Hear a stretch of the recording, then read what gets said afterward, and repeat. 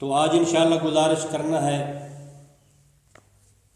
کائنات کی عظیم ترین مستور جناب فاطمۃ الزہرا سلام اللہ علیہا کی عظمت کے متعلق۔ صاحب کتاب لکھتے ہیں کہ ایک دفعہ حضور اکرم صلی اللہ علیہ وآلہ وسلم اور آپ کے صحابہ کرام نماز جماعت پڑھ کر فارغ ہوئے اور مسجد میں ہی بیٹھ گئے، اتنے میں ایک مرد فقیر پہنچا۔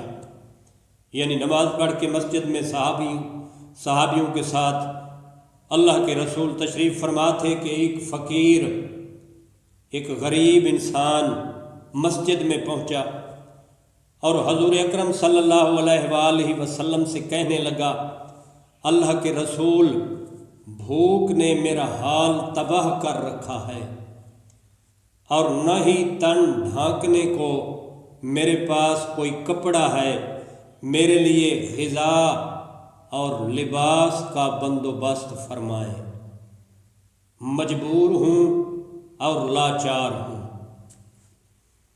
تو فرماتے ہیں اس وقت حضور اکرم صلی اللہ علیہ وآلہ وسلم کے پاس اتفاقاً کچھ بھی نہ تھا۔ آپ علیہ السلام نے اپنے ایک صحابی جس کا نام بلال لکھتے ہیں سے کہا، اس فقیر کو فاطمہ سلام اللہ علیہا کے گھر تک پہنچا دو۔ بلال اس فقیر کو جناب سیدہ سلام اللہ علیہا کے دروازے پر لے آئے۔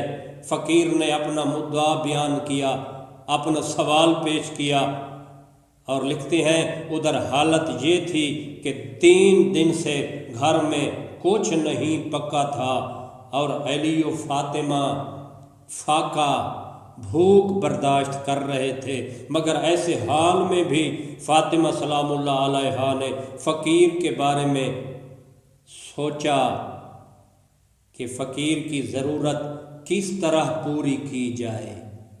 سبحان اللہ۔ حضرت فاطمہ سلام اللہ علیہا کو اپنا گل بند یاد آیا۔ عورتوں کے جو زیور ہوتے ہیں ان میں سے ایک زیور ہے جس کا نام ہے گل بند، اور لکھتے ہیں کہ وہ چاندی کا تھا، جسے آپ صلی اللہ علیہ وآلہ وسلم کے چچا حضرت حمزہ کی بیٹی نے تحفہ دیا تھا۔ حضرت سید سلام اللہ علیہ نے فوراً اس گل بند کو اتارا اور اس بوڑھے فقیر کو دے کر کہا، اسے فروخت کر کے اپنی ضروریات پوری کرو۔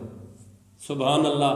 یہ تھی عظمت بی بی جناب زہرا کی، اور پیغمبر نے ایسے ہی بی بی کے دروازے پہ سائل کو نہیں بھیجا تھا، جانتے تھے کہ گھر میں کچھ ہوگا تو ضرور عطا کرے گی۔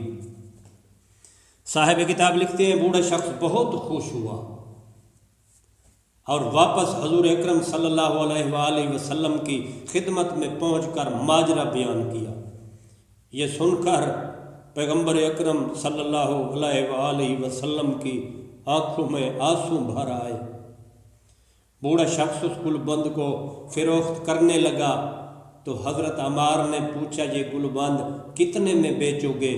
بوڑھے نے کہا کہ ایک دفعہ مجھے پیٹ بھر کے کھانا کھلا دو، ایک لباس دے دو، اور ایک ایسا مصلی یا صف کہہ دوں یا چٹائی دے دو جس پر میں نماز پڑھ سکوں، اور 1 دینار دے دو جسے میں خرچ کر سکوں یا اپنے گھر تک پہنچ سکوں۔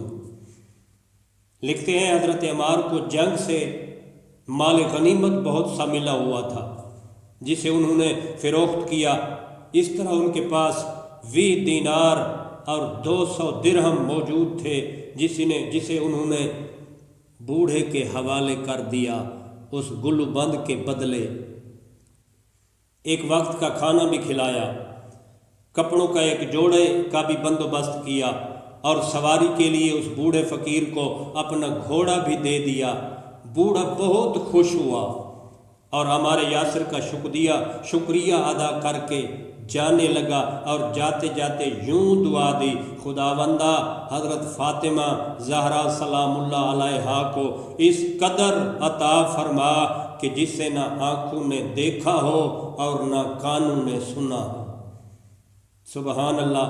پیغمبر اکرم صلی اللہ علیہ وآلہ وسلم نے اس بوڑھے فقیر کی یہ صدا سن کے آمین کہا، بوڑھا چلا گیا، اور بعد میں جو کچھ ہوا لکھتے ہیں کہ حضرت ہمارے یاسر نے اس گلوبند کو یمانی کپڑے میں رکھ کر مشک کی خوشبو سے معطر کر کے اپنے ایک غلام جس کا نام لکھتے ہیں سہم، سین ہے میم، سہم کو دے کر کہا جاؤ یہ گلوبند جا کر حضرت فاطمہ سلام اللہ علیہا کو دے دو، اور پھر فرمانے لگے غلام کی طرف دیکھ کر کہ میں نے تجھے بھی بی بی جناب زہرا سلام اللہ علیہا کو بخشا، تجھے اپنا غلام رکھے اس کی مرضی، تجھے آزاد فرما دے اس کی مرضی، رحمت للعالمین نبی کی بیٹی ہے۔ تو یہ غلام پیغام لے کر بی بی کے دروازے پہ آیا، گلبند پیش کیا اور ساری بات بتائی، بی بی آج کے بعد میں آپ کا غلام ہوں۔ اور بی بی بھی رحمت للعالمین نبی کی بیٹی تھی، کریم کی بیٹی تھی۔ فرمایا آج سے میں نے تمہیں آزاد کر دیا ہے۔ سبحان اللہ۔ سہم اس ماجرے کو شروع سے آخر تک جانتا تھا، یعنی وہ جو غلام تھا ہمارے یاسر کا، وہ کہتا ہے کہ میں اس پورے قصے کو دیکھتا چلا آیا تھا، حضرت فاطمہ سلام اللہ علیہا کہ اس عظیم اور برکت بھرے گلوبند کو شروع سے میں دیکھتا آیا تھا۔ وہ ہنسنے لگا، مسکرانے لگا۔ بی بی نے سوال کیا، سہم مسکرا کیوں رہے ہو؟ سہم نے کہا، بی بی کیسے نہ مسکراؤں، اس گلوبند کی برکتوں کی وجہ سے مسکرا رہا ہوں، کیونکہ اس نے ایک بھوکے کو سیر کیا اور ایک ننگے کو لباس دیا، ایک فقیر کو بے نیاز کیا، ایک پیادے کو سواری دی اور غلام کو آزاد کر کے واپس اپنے مالک کے پاس پہنچایا۔